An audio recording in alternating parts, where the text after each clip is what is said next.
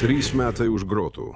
3 metai, per kuriuos bokso pasaulis galėjo ramiai kvėpuoti, žinodamas, kad geležinis Maikas yra už grotų.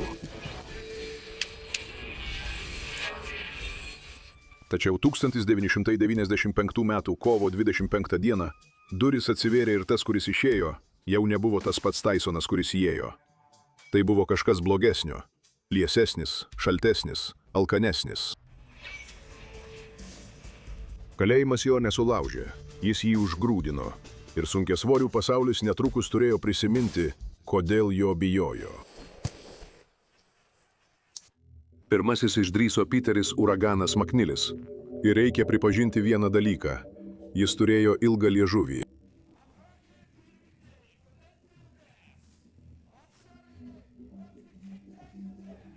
Visas pasaulis stebėjo Tysono sugrįžimą. Ir kai tik nuskambėjo varpas, Makniliui taip pat suskambo galvoje.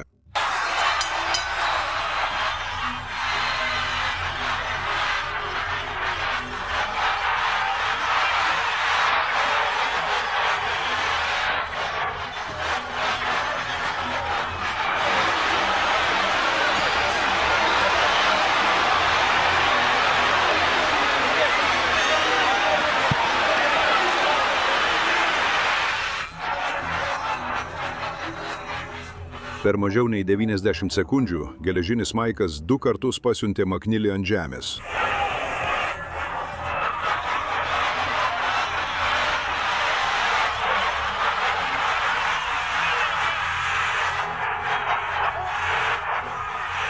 Ir kai jo kampas iššoko į ringą, kad išgelbėtų Piterį nuo 3. kritimo ant grindų, teisėjas neturėjo kitos išeities, kaip tik sustabdyti kovą.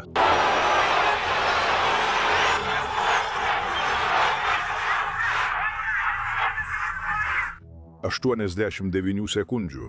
Tiek užteko Tysonui jo pirmoje kovoje po kalėjimo. Uraganas ne tik pralaimėjo, Tysonas privertė jį praryti kiekvieną savo žodį, prieš pasiųsdamas jį miegoti. Maknilis lojo, o Busteris Matisas jaunesnysis nusprendė elgtis kitaip. Jis įžengė į ringą turėdamas 22 pergalės ir ne vieno pralaimėjimo. Nenugalėtas, pasitikintis savimi ir su labai aiškia žinute pasauliui.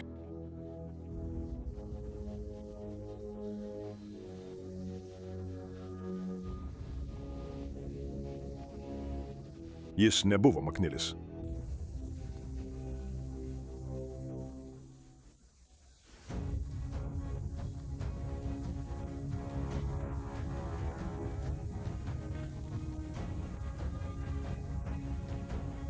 Ir akimirką jis buvo teisus. Matisas gerai judėjo, išnaudojo savo gabaritus, spaudė iš arti, bandė užgniaužti Tysono tempą. Jis buvo protingesnis už Maknilį. Drausminkesnis.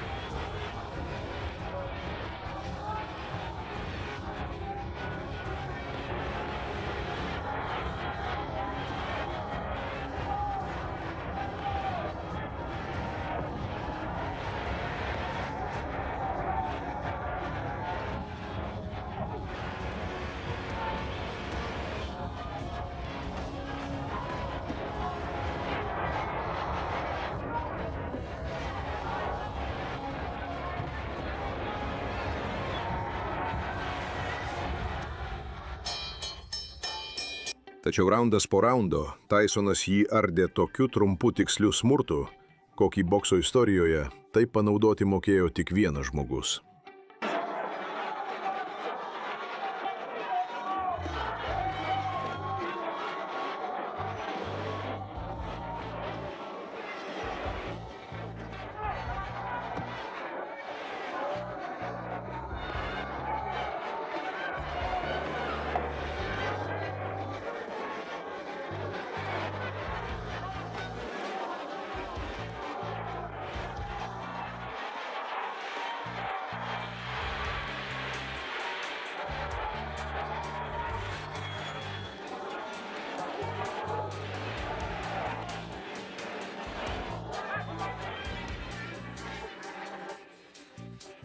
Trečiajame raunde užtvanka pralūžo.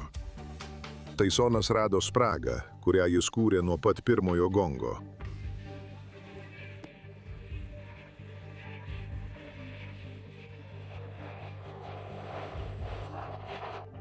Ir kai jis pataikė, Matisas ne tik krito, jis sugriuvo. Nokautas trečiajame raunde. 2 kovos po kalėjimo. 2 vyrai buvo išsiųsti namo su ta pačia skaudžia pamoka. Tačiau pavojingiausias žmogus planetoje dar tik pradėjo įsibėgėti. Dabar tai jau buvo tikra. Frankas Brunas nebuvo tik aukšto lygio sparingo partneris. Jis buvo WBC pasaulio čempionas.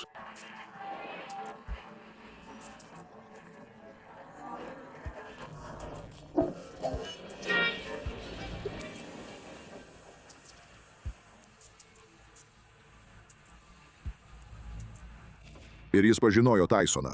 Jie turėjo bendrą istoriją.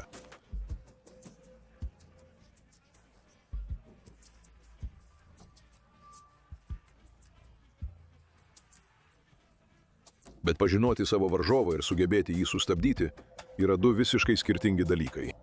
Ir Brunas padarė brangiausią klaidą, kokią tik galima padaryti prieš Tysoną šiame jo karjeros etape.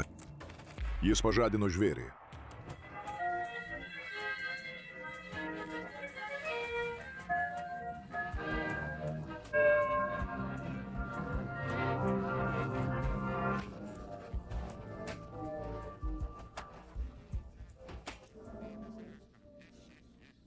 Kai buvo kovojama dėl UBC diržo ir geležinių maikų priešingame kampe, arena buvo pilna iki pat lubų. Ir Tysonas surengė tikrą šou, priversdamas Bruną praleisti smūgį po smūgio.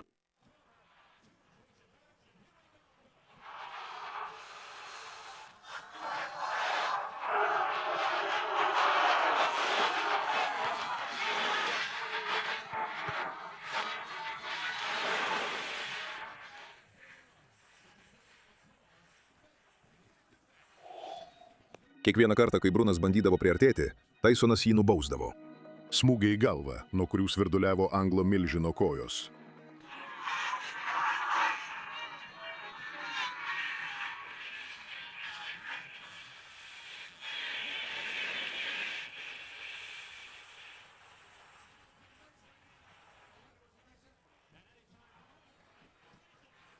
Vos tik pasibaigus pirmajam raundui, Brunas jau buvo akivaizdžiai sužalotas.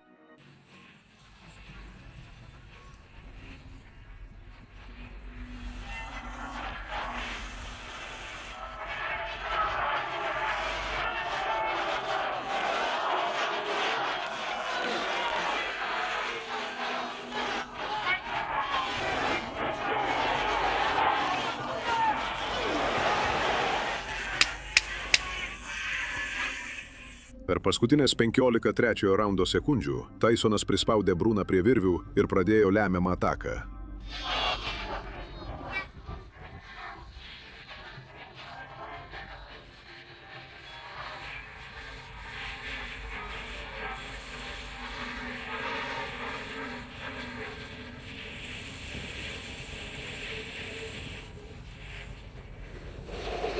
Maikas Tysonas vėl tapo WBC pasaulio čempionu.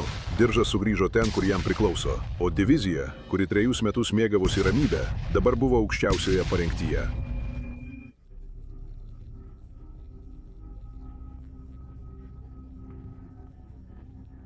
Po 6 mėnesių Bruce'as Seldonas, ką tik karūnuotas WBA čempionas, stojo tarp Tysono ir antrojo diržo.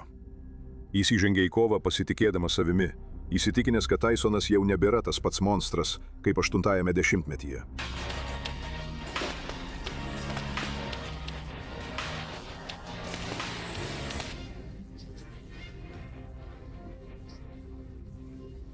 Seldonas buvo įsitikinęs, kad nustebins pasaulį.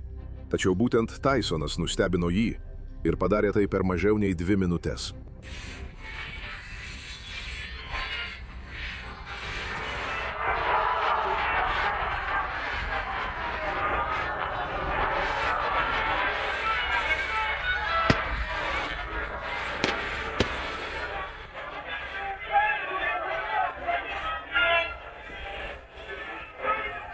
Praėjus vos minutai nuo pirmojo raundo pradžios, Tysonas smogė aukštą dešinį kablį į galvą, kuris parbloškė Seldoną ant žemės, tarsi jam būtų nukirpti laidai.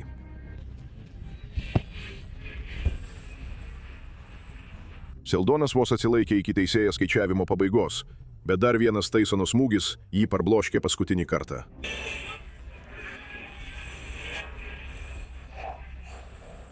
Mažiau nei 2 minutės pirmajame raunde, 2 diržai per 4 kovas po kalėjimo ir ne vienas žmogus jo neištempė ilgiau nei 3 raundus.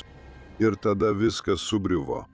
Po gėdingo įkandimo incidento su Evanderiu Holyfieldu, Maikas Taisonas buvo nušalintas ir priverstas beveik 2 metus nedalyvauti kovose.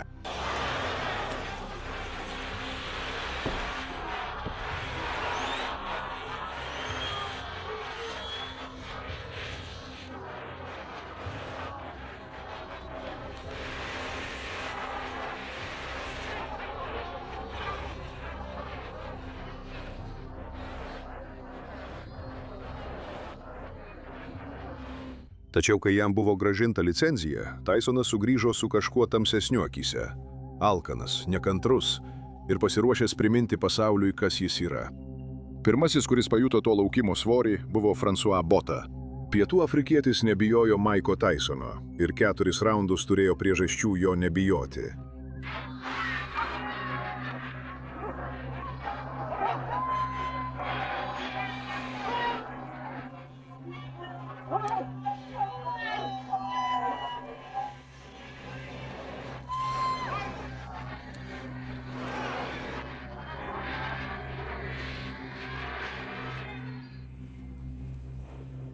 Botha pasinaudojo Taisono aprūdijusią formą po pertraukos ir 4 pilnus raundus pirmavo pagal taškus. Bet 5-ajame jis pernelyg atsipalaidavo, įsitikino, kad jau perprato Taisono kodą.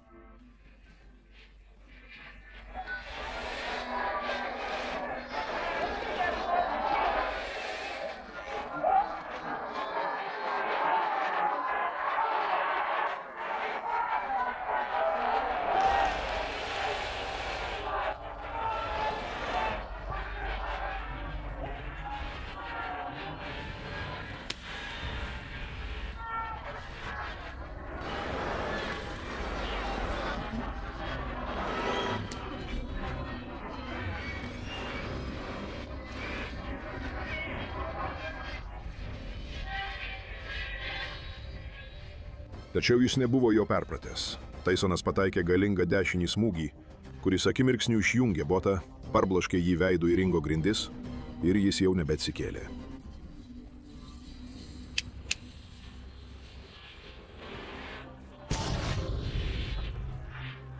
Vienas smūgis, viena akimirka neatsargumo prieš Maiką Taisoną ir pokalbis baigtas. Manchesteris, Anglija. Julius Francis buvo Didžiosios Britanijos ir Sandraugos sunkiasvorių čempionas ir savo vietinių žiūrovų akivaizdoje buvo pasiryžęs kovoti.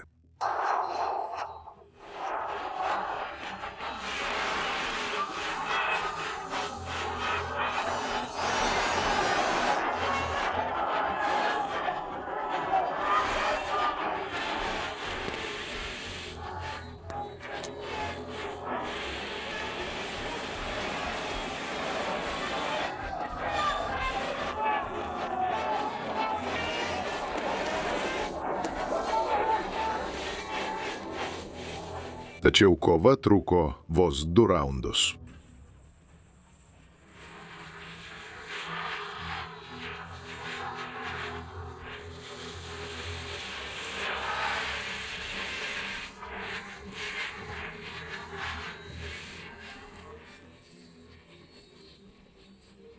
Taisonas 5 kartus pasiuntė Francį ant grindų, kol jo kombinacijos galiausiai privertė teisėją sustabdyti kovą.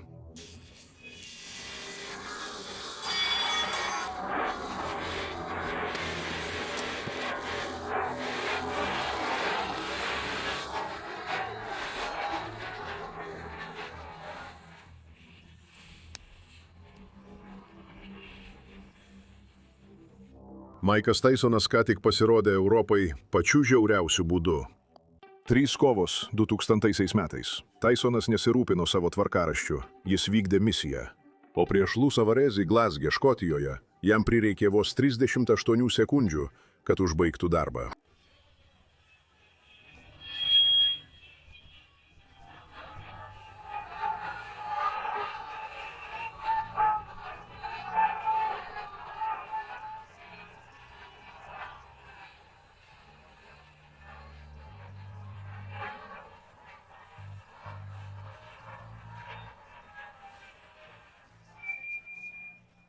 Tai buvo Tysonas pačioje efektyviausioje savo formoje. Be jokių komplikacijų, tik nesustabdomas žmogaus, turinčio vieną tikslą ir priemonės jam pasiekti – veržimasis. Prieš žiūrovams spėjant patogiai įsitaisyti savo vietose. Andrius Golota buvo pagarsėjęs kaip nešvariausias sunkiasvoris boksininkas sporte. 2 kartus diskvalifikuotas kovoje su Ridiku Bau už pakartotinius smūgius žemiau diržo.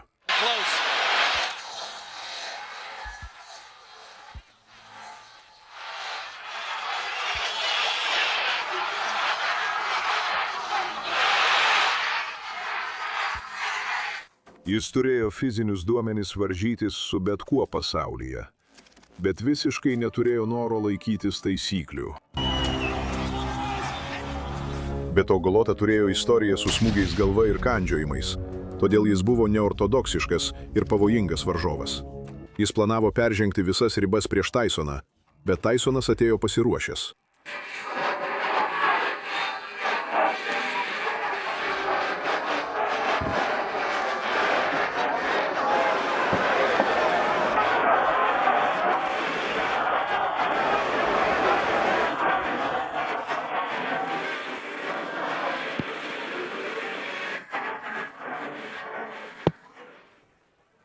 Nuo pirmojo gongo Tysonas žengė į priekį ramiai, atlaikydamas nešvarias Golotos taktikas ir kantriai laukdamas savo momento.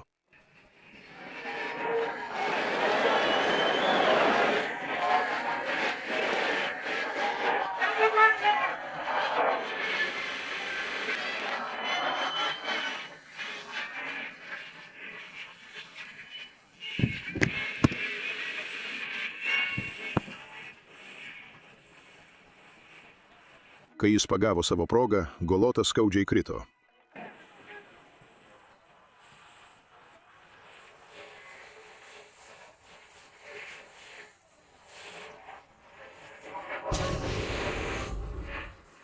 Golota atsistojo ir tęsė kovą, griebėsi, darė viską, kad išgyventų, bet tiesa su kiekvienu apsikeitimu vis aiškiau ryškėjo. Antrajame raunde Tysono smūgiai sudrebino Golotos valią tęsti kovą. Kai nuaidėjo gongas, skelbiantis raundo pabaigą, Golota nuėjo į savo kampą, atsisėdo ir atsisakė atsistoti.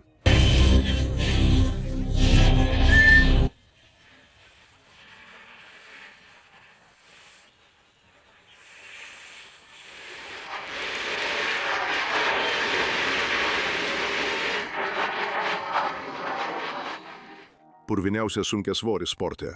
Žmogus, kuris buvo išbandęs kiekvienos taisyklės ribas. Jis atsisėdo ir pasidavė po 2 raundų prieš Mike'ą Tysoną. Iki 2003 jis jau buvo patyręs pralaimėjimų Lennoxas Lewisas. Denis Williamsas. Aplink Tysoną susikloščiusi naratyva pasikeitė.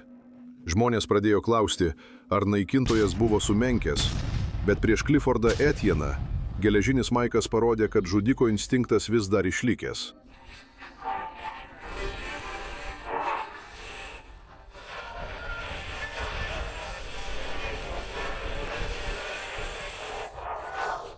Praėjus vos 49 sekundėms nuo kovos pradžios, Tysonas pataikė tobulą dešinį smūgį, kurio Etienas niekada nepastebėjo.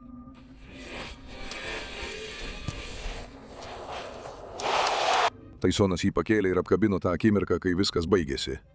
Klasikinis geležinis Mike'as, niokojanti jėga, klinikinis tikslumas ir priminimas apie tai, koks jis kadaise buvo. Tai buvo 50-oji ir paskutinė jo profesionalios karjeros pergalė. Paskutinį kartą pasaulis matė, kaip Mike'as Tysonas sukėlė tokį gryną, staigų ir neginčijamą sunaikinimą. 3 metai kalėjime nesugniuždė Mike'o Tysono. Jie pavertė jį dar pavojingesniu. 9 kovos po išėjimo, 9 priminimai, kodėl pasaulis jo bijojo.